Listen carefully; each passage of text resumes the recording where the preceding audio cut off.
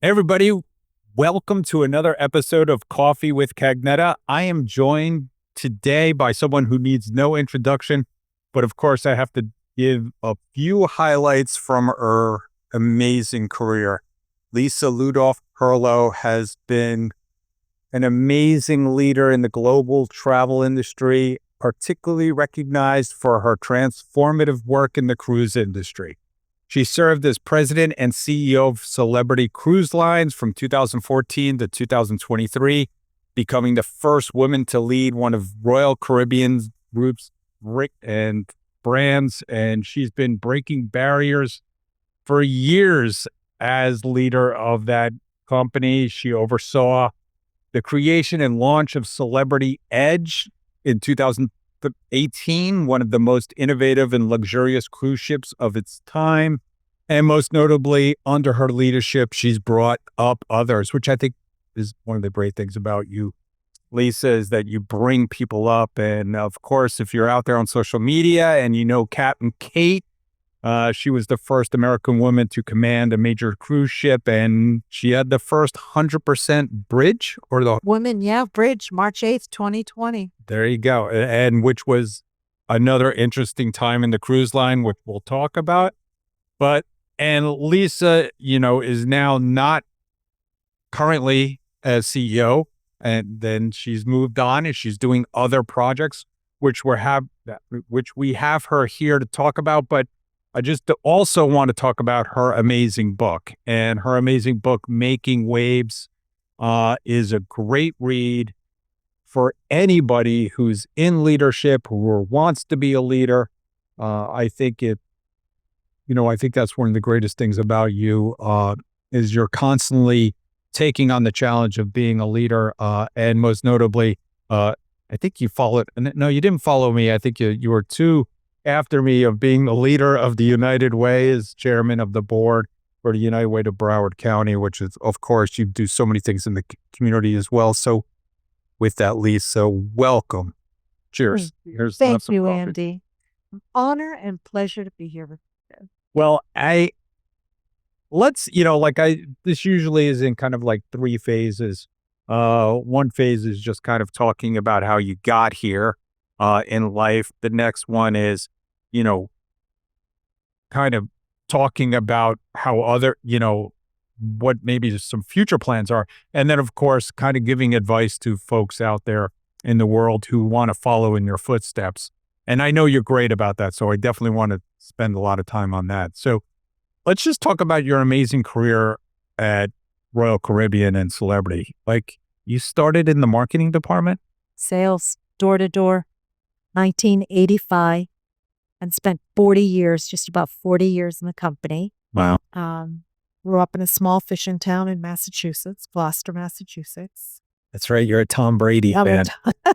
Yes, I am. I used to think I was a Patriot fan until they let him go. Then I realized my sisters and I that we were a Tom Brady.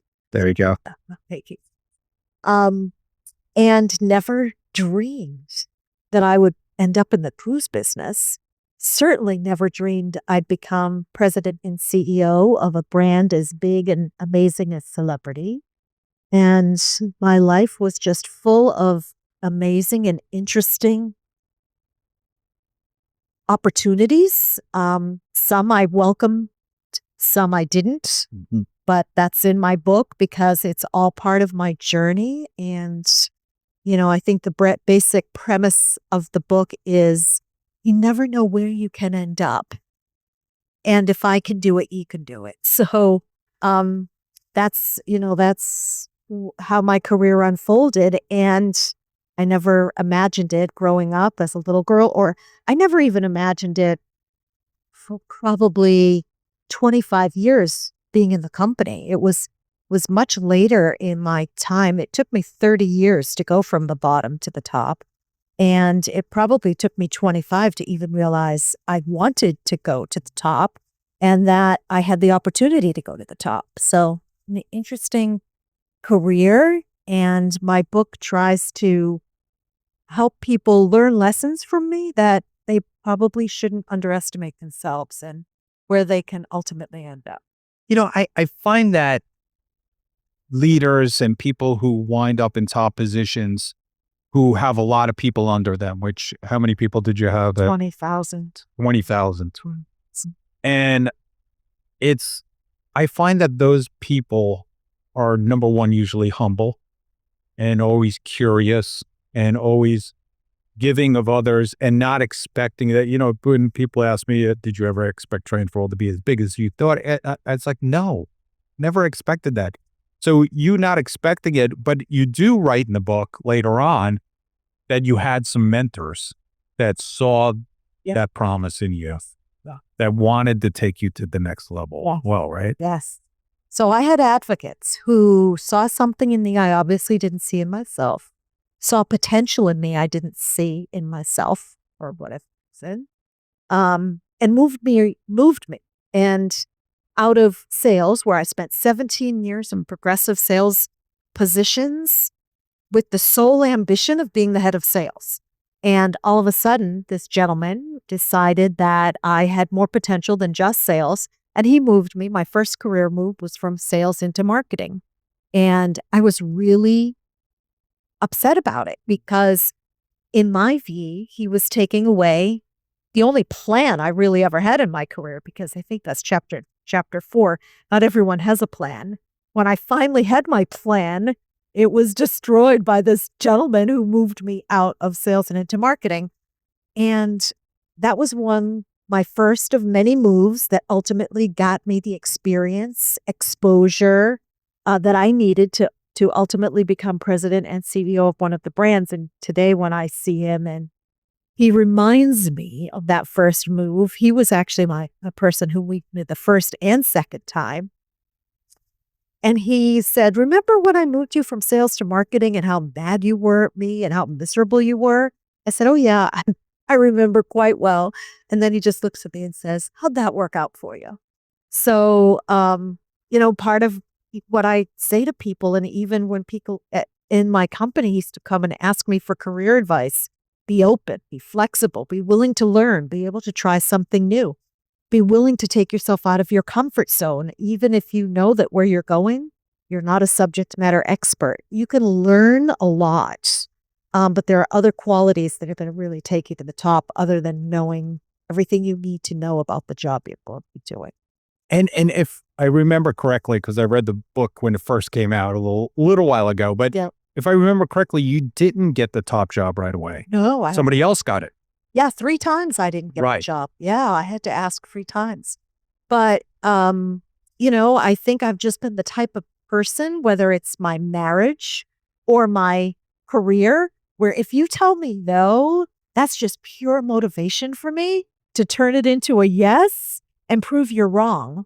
And it's another chapter in my book, Watch Me Prove You Wrong, because I did that throughout my entire career, especially as I moved into positions. And I was the boss of people who wondered why I was their boss and how I got to be their boss when I never did their job. And so, no and maybe it's my sales background, which you probably know quite well, Andy. If you tell me no, all right, I'll just take a deep breath, take a step back, process it, think about it, and figure out what it's going to take. Yeah. And in the book, you also talk about that you got put in the position of eventually the top position, not knowing much about maritime itself. And so all of a sudden, all these captains and all these people who were fixing the ships were underneath you. Like you said, they were questioning, why are you in charge? So in the company that I was in for 40 years, I had 3 roles throughout that time where I was the first woman to ever hold those positions. The position you're referring to is the executive vice president of all of operations for Royal Caribbean. I was put in that role in 2012, and I was there for a couple of years. And that's the first time that Marine reported to me.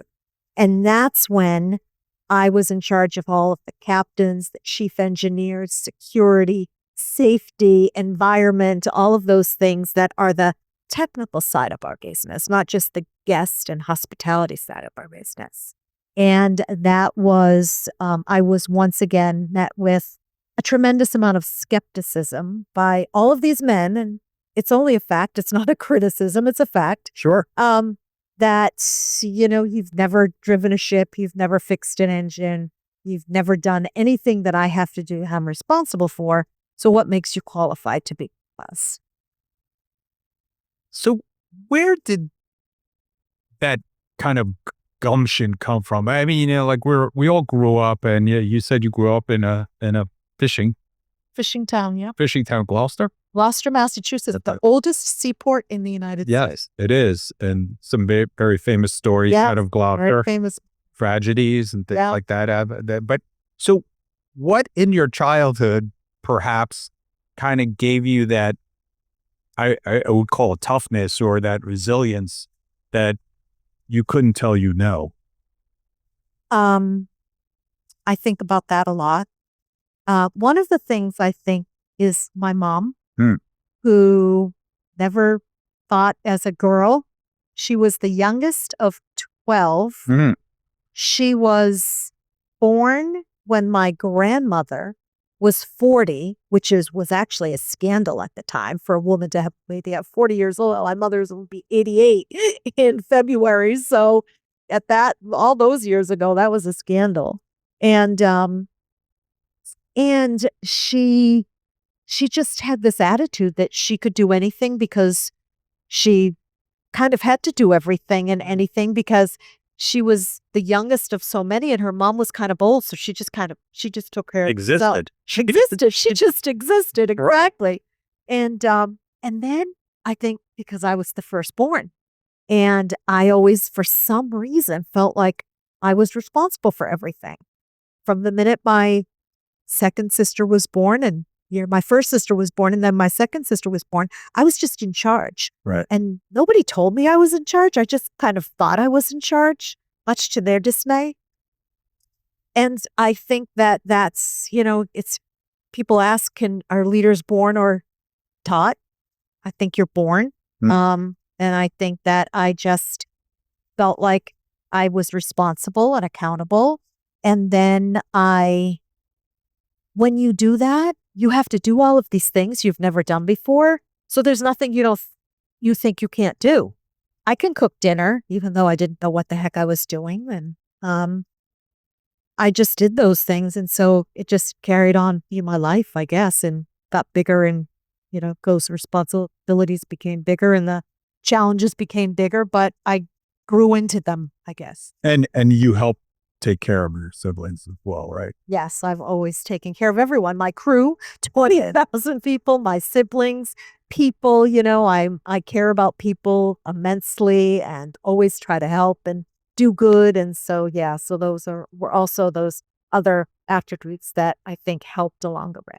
Yeah, that became very apparent. He's on a celebrity cruise, and I did message you that I was headed out, and of course, you sent something to our cabin and to our table, I believe. And the waiter at the time said, "How do you know Miss Perlo?" and I said, "Oh, she's a friend of mine." And he's like, and I could tell just by the way he talked about you that he felt he knew you. And he said, "She's a very special person." Wow. And he's like, when she comes aboard, she talks to all of us. And you had that rapport. And I was lucky enough to be on one of your ships with you once upon a time with the United Way cruise. And you could just tell that, you were at home. People didn't cower. They loved seeing you. And that included everybody. And everybody felt like they knew you. So as a leader, as an empathetic leader, which I think I am too, I think that helps. I mean, you talk about leadership, and I think that's your next career. So let's talk a little bit about what you're doing in the future that's really exciting. Well, as I decided to exit the crazy corporate life after 40 years and being the age that I am, I decided it was time for a new chapter in my life. You read in the book, chapter 1, Sailing Through the Storm, COVID was, We didn't even talk about which we didn't even talk about, which is crazy. And getting through COVID for, being shut down, our business being shut down and coming back into business and going through that time and starting up again and having almost like starting over, not really 100%, but close to 100% starting over, that took a lot out of me. Chapter 1 also talks about my losing my sister during COVID. That took a lot out of me. And you get to a certain point in your life where you're like, okay, what do I want the rest of my life to be? Sure. And I feel like I accomplished so much at Celebrity and left such an amazing legacy. I figured I'd done, you know what? I left with, just this amazing feeling of accomplishment. I got us back. I got our plea back to work. I got the brand back. Right. It's where it needed to be. And I said, okay, time for something new so that I could, do some different things with the rest of my life. And part of those are joining corporate boards because it keeps me active, my mind going, involved in businesses, learning from businesses, right? Contributing in hopefully a smaller, big way. And then I also really wanted to focus on leadership, which is why I wrote the book. My journey and how I led. Everybody told me you need to write a book, so I did. And then one of the things that I feel is truly missing is that there are a lot of leaders out there, but there aren't a lot of great leaders. And I am hoping that part of what I felt made the combination of attributes I had that got people to feel the way they do, right, and work as hard as they did to get these extraordinary results that they did, I could help teach other people. So I'm launching my LLP Leadership Academy. It's a virtual academy, and it's going to launch in January. And, so leadership is really, I think, where I'm best suited and where I'm hoping to be a thought leader to help other people be breakthroughs. People deserve breakthroughs.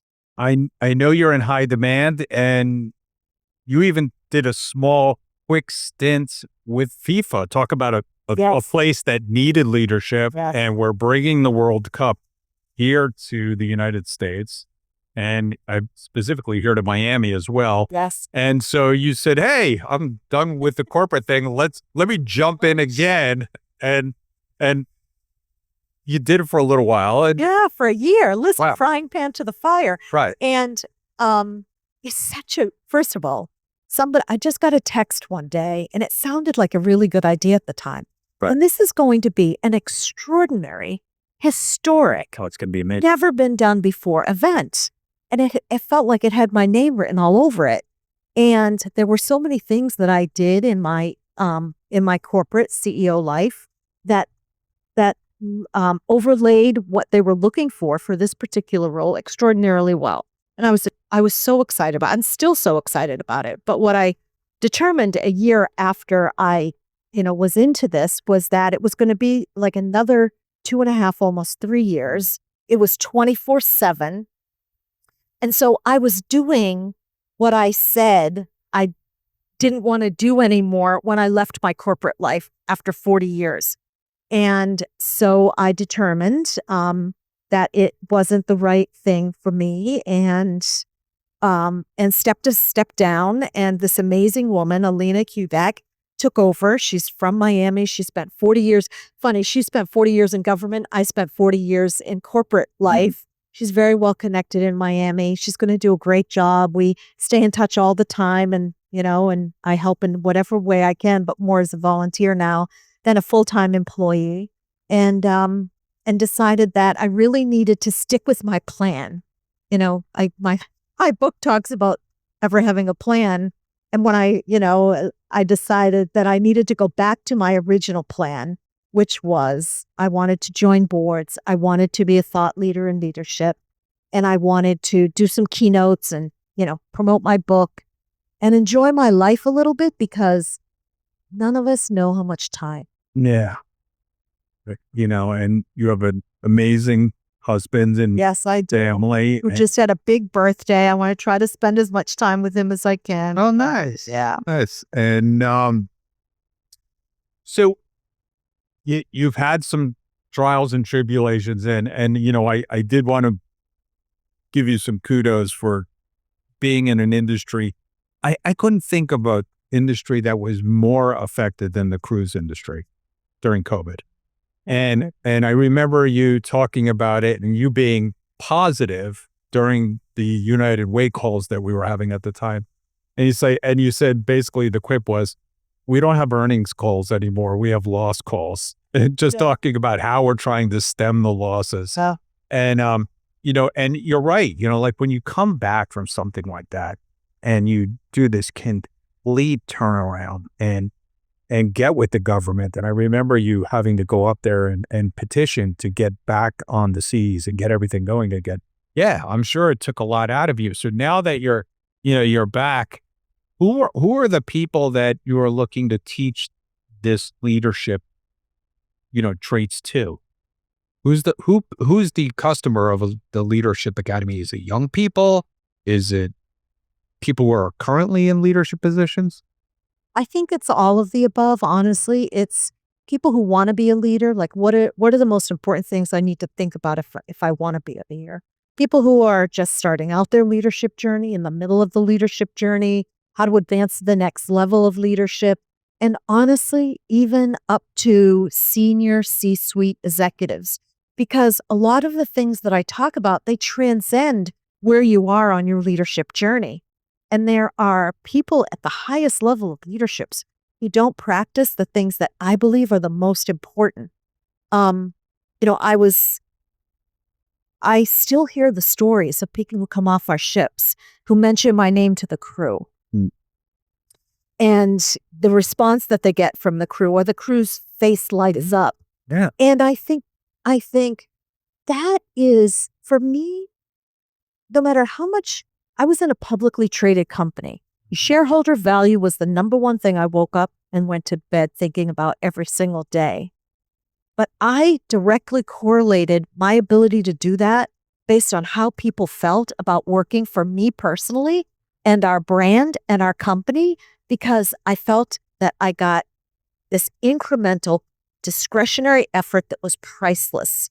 And for them to still think about me or talk about me the way that they do is the most joy that I ever got from my job. And that is so underestimated by so many leaders. You say that, and people always say, what do you want people to remember about you after you're gone? I'm like, I just want people to be walking around my funeral going, he was a good guy. Exactly. Or I miss him. When someone tells me the crew said they miss me, I said, you know what? That's the most we can ask for as human beings, because we're all going to come and go from this life, from jobs. But the fact that someone misses the fact that you're there is the ultimate tribute. Just want to say they were a nice guy and I miss them. So you said there's a lot of leaders out there. Of course there are. I mean, everything needs a leader, or every organization needs a leader, but there aren't a lot of great ones. Right. So without giving away your whole curriculum and your new LLP, and LLP doesn't stand for Limited Liability Partnership. It stands for Lisa Lutoff-Perlo. It does in some circles, not in this case. But so what are some of the things that you think leaders are missing? Empathy is at the top of the list. Empowerment, I think, is a really big one. I think people hire people to do jobs and then don't trust. Trust is a big one. I would say those are probably the three biggest ones. And there are so many things that live under those three, between empowerment, empathy, and trust. There's so many stories that, I tell, and one of them was when we finally did get back into business. And it was 15 months. It was June 26, 2021, that the first Celebrity Edge was the first ship to sail out of a U.S. port after our shutdown. And it was a big deal because not only a lot of businesses suffered during COVID, and a lot of businesses were shut down during COVID. The thing that made it so bad for the cruise industry is, number one, we never knew when we were going to get back. And number two, the press was really, really awful to me. Yeah, I agree. I mean, come on. Even South Florida press, and come on, this is an economic engine. Right. South Florida. Two huge cruise ports. I mean, 3, 5, maybe, wouldn't you want to cut us a little slack and Sure. show us a little mercy? Because after for what we were going through, and plus it was not even Dallas. But anyway, that's another Right. show for Agreed. another story for another day. But when we first came back into business, when we were coming back, our head of PR came to me and said, LLP, everybody, all the press wants to be on the edge. I'm talking morning talk shows, CNN, all the major publications all over the United States. They wanted to be on that first cruise that was going to sail. My counterpart was sailing 3 days later. Our brand was sailing first. This brand was sailing 3 days after. His head of PR went to him and said, what about the press? And he's like, no press. He said, I don't want any press. So the head of PR for us, for Celebrity, came to me and said, what do you think? And I said, what do you think we should do? She said, your call, LLP. And I knew that I was taking a risk and a chance. But I said, bring it on. And the reason I said bring it on was because I trusted that my team, you had worked for 15 months to make sure everything was, Captain Kate was going to be the captain. And that's like the ultimate in trust, especially since I wasn't there. My sister's burial at sea was the same day. And I was in Gloucester, Massachusetts, where I needed to be. I was not with my team. I was not with the ship. I was not standing on that dock or on that ship when all that press came on. But I knew I didn't need to be because I knew they had my back and I trusted that everything was going to go well. And it was a phenomenally successful cruise. I think we got 9 billion positive impressions. But that, great leaders have to trust their people and you have to trust them when you're there and when you're not there. And, other leaders probably wouldn't have made that decision. They might have not been where they personally needed to be, and they might not have let the press on board. They might not have trusted their team to pull it off.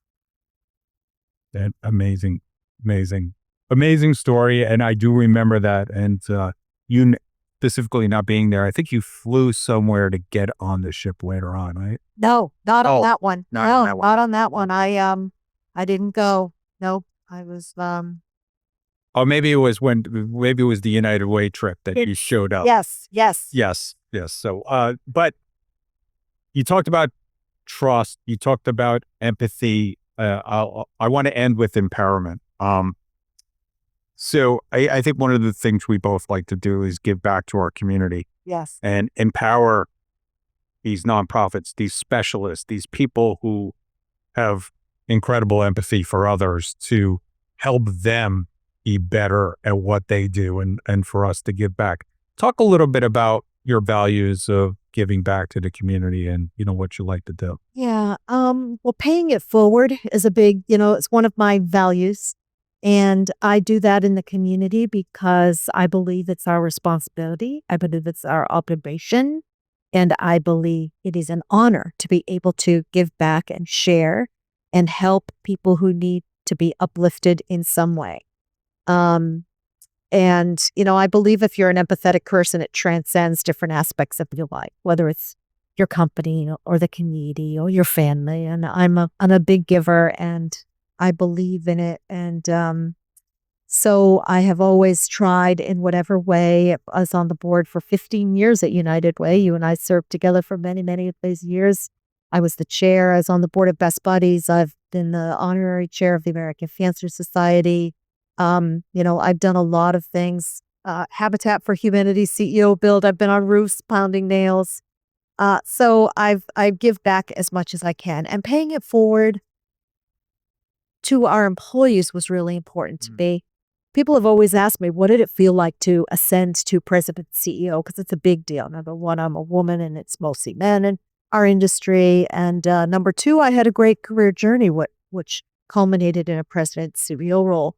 But I always say the ability to lift others up along with me was the thing that I valued the most. And I was actually talking to Captain Kate on my way here. She's on vacation. We're having a catch up. And she said, the thing about working with you that touched me the most is how you lifted up everyone else around. And I believe it's our obligation to lift people up, whether they work for us or community or the helping hand. So, yeah, it's just who I am. I think we're going to leave it with that. Just, you're an amazing person. I appreciate you. Thank you for all you do. Lifting people up is absolutely what we want to do right here on this podcast, is help lift people up to the next level. So is there a website or something that's coming out about the... Well, my website is lisalutoff-perlo.com. There you No go. hyphen. Anyone can visit that.